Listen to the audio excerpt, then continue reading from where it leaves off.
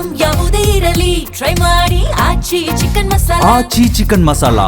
Bengaluru traffic ನಲ್ಲಿ ಪರದಾಡಿದಂತ ambulance Mekhri circle ನಿಂದ ಪಿಜಿಹಳ್ಳಿ ರಸ್ತೆಯಲ್ಲಿ ಟ್ರಾಫಿಕ್ ಜಾಮ್ ಆಗಿತ್ತು. ಹೀಗಾಗಿ ಆಂಬ್ಯುಲೆನ್ಸ್ ಪರದಾಡ್ಬಿಟ್ಟಿದೆ.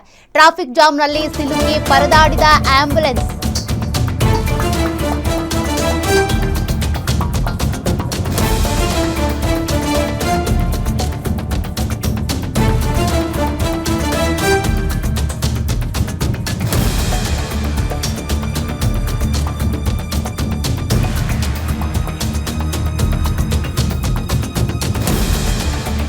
ಬೆಂಗಳೂರಿನಲ್ಲಿ ರೋಗಿಗಳ ಪ್ರಾಣಕ್ಕೆ ಹಾಗಾದ್ರೆ ಭದ್ರತೆ ಸುರಕ್ಷತೆನೇ ಇಲ್ವಾ ಅಂತ.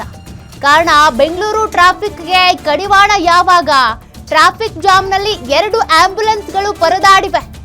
ಟ್ರಾಫಿಕ್ ಜಾಮ್ನಿಂದ ಹೊರ ಬರೋದಕ್ಕೆ ಪರದಾಡಿದಂತ 2 ಆಂಬ್ಯುಲೆನ್ಸ್ ವಾಹನಗಳು ಮೇಕ್ರಿ ಸರ್ಕಲ್ ನಿಂದ ಪಿಜಿಹಳ್ಳಿ ರಸ್ತೆವರೆಗೂ ಕೂಡ ಟ್ರಾಫಿಕ್ ಜಾಮ್ ಆಗಿತ್ತು. ಇದರಲ್ಲಿ ಸಿಲುಕಾಕೊಂಡಂತ ಆಂಬ್ಯುಲೆನ್ಸ್ ಆ ಟ್ರಾಫಿಕ್ ಜಾಮ್ನಿಂದ ಹೊರ ಬರೋದಕ್ಕೆ ಪರದಾಡಿರೋದು. ಅಲ್ಲಿ ದಾರಿ ಮಾಡಿ ಬಿಡ್ಕೊಡ್ಬೇಕು ಅಂದ್ರೂ ಕೂಡ ಆ ಮಟ್ಟಕ್ಕೆ ವೆಹಿಕಲ್ಸ್ ನಿಂತಿರ್ತವೆ. ಹೆಂಗ್ ದಾರಿ ಮಾಡ್ಕೊಡ್ತಾರೆ? ಟ್ರಾಫಿಕ್ ಜಾಮ್ ರಾಷ್ಟ್ರ ಮಟ್ಟದಲ್ಲಿ ಗಮನ ಸೆಳೀತಾ ಇದೆ. ಕುಖ್ಯಾತಿ ಆಗ್ಬಿಟ್ಟಿದೆ ಬೆಂಗಳೂರಿಂದು. ಸದ್ಯ ನೋಡಿ ಈ ದೃಶ್ಯಗಳನ್ನ ಗಮನಿಸ್ತಾ ಇದ್ದೀರಿ. ಯಾವ ಮಟ್ಟಕ್ಕೆ ಟ್ರಾಫಿಕ್ ಜಾಮ್ ಆಗಿದೆ ಅಂದ್ರೆ 2 ಆಂಬ್ಯುಲೆನ್ಸ್ ವಾಹನಗಳು ಬಂದಿವೆ.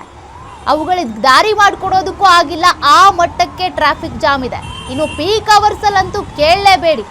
ಆ ಮಟ್ಟದ ಟ್ರಾಫಿಕ್ ಜಾಮ್ ಇರುತ್ತೆ. 1 ಅವರಲ್ಲಿ ತಲುಪಬೇಕಾದ ಜಾಗಕ್ಕೆ 4-5 ತಾಸು ತೆಗೆದುಕೊಳ್ಳುತ್ತೆ. ಕಾರಣ ಈ ಟ್ರಾಫಿಕ್ ಕಿರಿಕಿರಿ.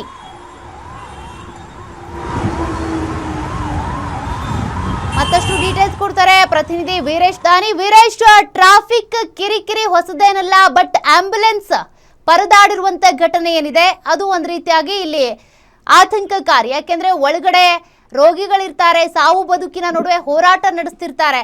ಆಮೇಲೆ ಏನಾಯ್ತು ಅಂತ? ಸೌಖ್ಯ, ಬೆಂಗಳೂರು ಅಂದ್ರೇನೆ ಇದೀಗ ಟ್ರಾಫಿಕ್ ಜಾಮ್ ಅನ್ನೋ ಒಂದು ನಿಟ್ಟಿನಲ್ಲಿ ಪರಿಸ್ಥಿತಿ ನಿರ್ಮಾಣ ಆಗಿರುವಂತದ್ದು.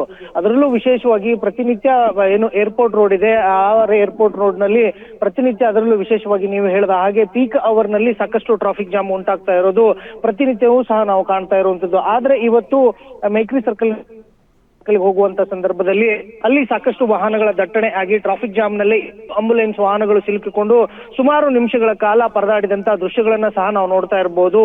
ಪ್ರತಿನಿತ್ಯವೂ ಸಹ ಇದೇ ಪರಿಸ್ಥಿತಿ ಈ ಮಾರ್ಗದಲ್ಲಿ ಆಗ್ತಾ ಇರೋ ಹಿನ್ನೆಲೆಯಲ್ಲಿ ಆಂಬ್ಯುಲೆನ್ಸ್ ವಾಹನ ಸವಾರ ಪ್ರತಿನಿತ್ಯವೂ ಸಹ ಪರದಾಡ್ತಾ ಇರುವಂತದ್ದು. ಸಾಕಷ್ಟು ಸಂಖ್ಯೆಯಲ್ಲಿ ವಾಹನ ಸವಾರರು ಆಂಬ್ಯುಲೆನ್ಸ್ ಗಳಿಗೆ ದಾರಿಯನ್ನ ಮಾಡಿಕೊಡದೇನೆ ಈ ರೀತಿಯಾಗಿ ಮಾಡ್ತಾ ಇರೋದ್ರಿಂದ ರೋಗಿಗಳ ಪ್ರಾಣಕ್ಕೂ ಸಹ ಒಂದ್ ಕಡೆ ಸಂಕಷ್ಟ ಮತ್ತು ಸಂಕಟ ಎದುರಾಗ್ತಾ ಇರೋದು ಸ್ಪಷ್ಟವಾಗಿ ಗೊತ್ತಾಗ್ತಾ ಇರುವಂತದ್ದು. ಆ ಹಿನ್ನೆಲೆಯಲ್ಲಿ ಆಂಬ್ಯುಲೆನ್ಸ್ಗೆ ಪ್ರತ್ಯೇಕವಾದಂತ ಮಾರ್ಗವನ್ನ ಮಾಡಬೇಕು ಅಂತೇಳಿ ಸಾಕಷ್ಟು ವರ್ಷಗಳಿಂದನೂ ಸಹ ಆ ಮಾತುಗಳು ಕೇಳಿ ಬರ್ತಾ ಇದೆ. ಆದ್ರೂ ಸಹ ಈಗಲೂ ಸಹ ಟ್ರಾಫಿಕ್ ಜಾಮ್ ನಲ್ಲಿ ಆಂಬ್ಯುಲೆನ್ಸ್ ವಾಹನಗಳು ಸಿಲ್ಕೊಳ್ತಾ ಇರುವಂತದ್ದು ದುರಂತ ಇನ್ನೂ ತಪ್ತಾ ಇಲ್ಲ ಅಂತ ಹೇಳ್ಬೋದು. ಸೌಖ್ಯ.